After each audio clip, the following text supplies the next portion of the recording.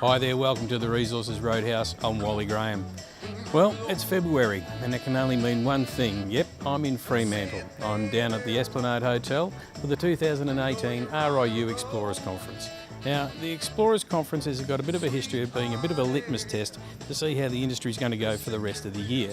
Well, I think things are looking pretty bright for the rest of the year because this year the conference organisers have had to push the whole conference out from 2 days to 2.5 days to meet demand from delegates, from companies, from everybody who wants to be part of the conference. Stewie, that says a lot about the conference that you own, that you've been running for all this time, and it also says a lot about the industry. Well, it's the first time we've had to go into a third day, so 2.5 days this year, and it's the first time that we've had venue capacity issues here at this hotel. But it shows that the companies are responding to the market, and the investors are responding to the companies, so that's a good thing.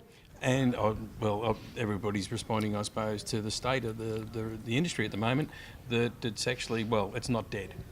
It's definitely not dead, and that can be measured by a simple measurement, and that's metres drilled. Metres drilled has gone through the roof or through the floor in this case, and that means more results, and that means higher chances of a discovery, and the share prices are going up. So the investors are climbing all over it. Yeah, it just goes to show that explorers are out doing what they're supposed to be doing, which is exploring.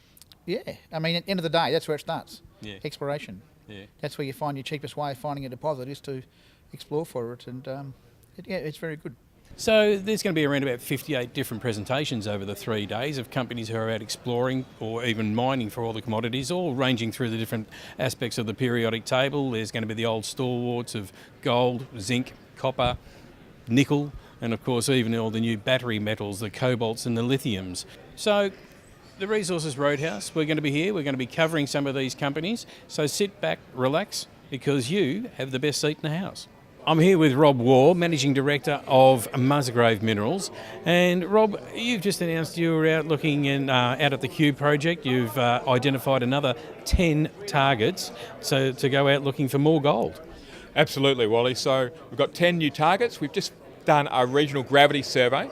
Now it's identified 10 new targets. The majority of them are under shallow cover. So we've got about 20 kilometres of strike. We've also identified a parallel shear. So we've been exploring the break of day leaner trend. Now we've also identified a parallel shear about 600 metres to the west. So now we've got 2 zones to look at. Within these 10 targets, we've got a standout at Lake Austin North. So it's about 1 kilometre long of gold anomalism from historical drilling, also associated with the gravity response in the shear zone. And we've got a historical intercept in there that hasn't been followed up. It's running about 4 metres at 8 grams. So, it's a really good, strong target, and all of them actually look really good. So it's a process we'll go through. We'll get a drill rig out there and test some of these in the next 5 or 6 weeks and work our way systematically through them. I'm here now with Azure Minerals Managing Director, Tony Rovira. Now, Tony, you guys have been pretty busy of late setting up drilling programs to be carried out in your Mexican projects at Opusura and Sierra Alicia. Yep. Can you tell me what sort of progress where you are with both of those?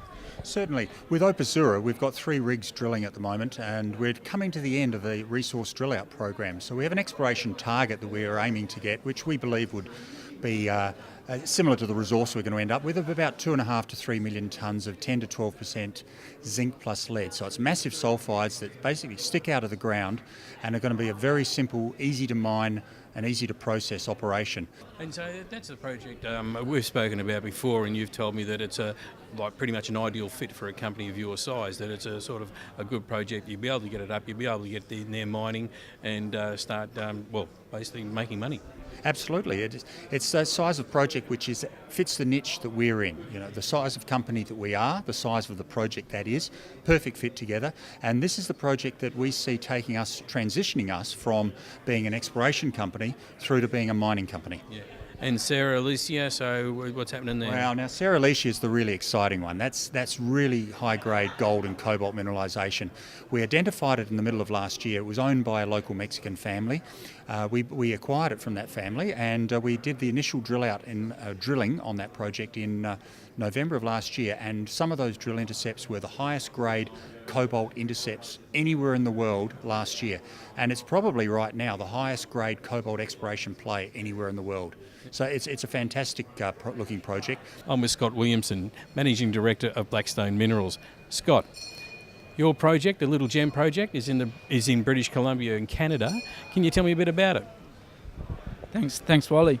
Yeah, Little Gem was a discovery back in 1930s. Very high grade cobalt and gold. It's in an old mining region, gold mining region with historic production of 4.4 million ounces at 18 grams per tonne gold. So the Little Gem project in itself, you said before that it was discovered quite a long time ago. It's cobalt. That means it discovered a long time ago. Now all of a sudden it's relevant. Yes, yeah, it's interesting. We think that the explorers back in the 1930s were looking for gold, and the reason that they have left this behind is because of the cobalt. So back in the 30s and into the 50s, cobalt would have been a deleterious element. Now it's all about the battery minerals, and cobalt is what we're actually after as a primary source, and gold is a great byproduct. But we think, it's probably the cobalt is the reason why the previous explorers have left it behind. Well, that's the end of day one for the 2018 Explorers Conference down here at Freo. But as Karen Carpenter once sung, we've only just begun. 2 more days to come, 2 more days of presentations, 2 more days of walking around the exhibition room, checking out everybody, shaking lots of hands. It's going to be big, it's going to be wonderful, and it's going to be on the Resources Roadhouse.